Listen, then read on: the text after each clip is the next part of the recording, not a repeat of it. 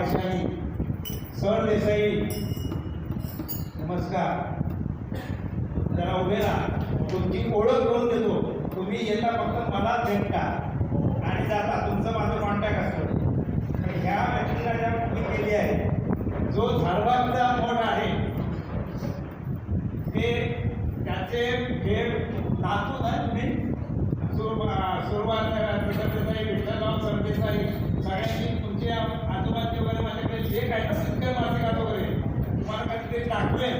पण इतके मागच्या दशकात आम्ही कार्यक्रम केले, पण इतकंसं चान्स मिळाला नाही की येऊन फक्त इथे हजेरी करून मला फक्त दर्शन देऊन जायचे, त्यांचं दर्शन घेऊन जायचे, मी त्यांचं दर्शन घेत होतं. पण आज योगायोगाने ते इथे आले. तुम्हाला विनंती केली का तुम्ही ही पुढं परंपरागत कुठल्या कुठल्या परंपरा असावी. श्राद्ध वाढ करायचं असेल तर वडील वडिलांचे वडील वडिलांचे वडील म्हणून आज तुमची या सगळ्या मंडळी तुम्ही आपल्या समाजाच्या लोकांची ओळख करून देते. हे वैभव सरदेसाई मुंबईतच राहतात.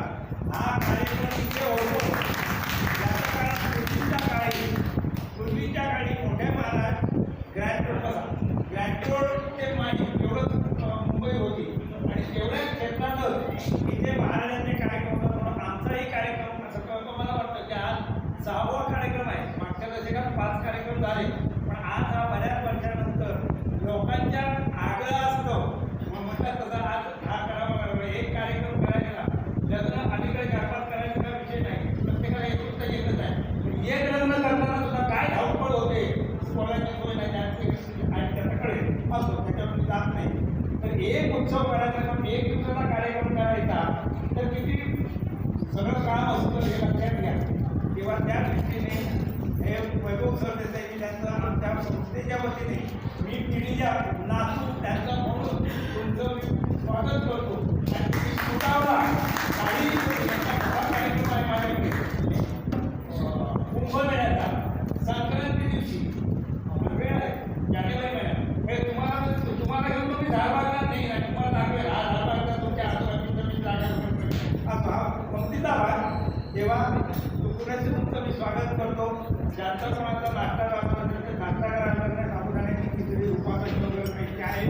ही जी मंडळी आता आमचा जो स्वामी परंपरेचा हरिपाठ आहे, हा कार्यक्रम म्हणजे करमणुकीचा नाही आहे. करमणूक काहीतरी तुम्ही ज्याच्याकडून शिकावं. म्हणजे आपल्या मोठ्या महाराजांनी शिकवण्यासाठी दादा महाराजांची पुढे मी ओढली तर ते तेच आज आम्ही पुढे नेण्याचा माझा प्रयत्न आहे. नुसतं आमचे मोठे खेळायचे अनेक खेळायचं आणि पैठणीचे खेळ खेळायचे हे आज चाललेलं आहे. मी स्पष्ट बोलतो. इथे नाही आल्यानंतर तुम्हाला 2 मिनिटं उपाय आलेच नाही आहे. आपण कुठला काय आम्ही जाण्याकडे झालो आणि काय करतो तर मग शॉपिंग करून आलो. शॉप गेलं तर ते अंतर पडला ब्रँडला पडलं शॉपिंग करून आले. आणि काहीतरी शॉपिंग नंतर करता काय करायला पाहिजे तसं हे महत्त्वाचं आहे. हे लक्षात घ्या. कारण आता तुम्ही मला मी इतक्या तुला होतं का असं म्हणतो मी या वयातही इतका सणसणीत आवाज माझा हे संगीत सोडून द्या. मला तुझं 75 वर्ष झाली. लक्षात घ्या. आपल्याला अजून काही सापडली नाही. शब्द तुझं चालत नाही. त्या शब्दांचा महाराज तेव्हा लागतो तेव्हा ते प्रगट होतो. अर्थता असावी लागते असो. तेव्हा आपण आता हा हरिपाठ म्हणूया काही बदल करेल ते मी सांगेन.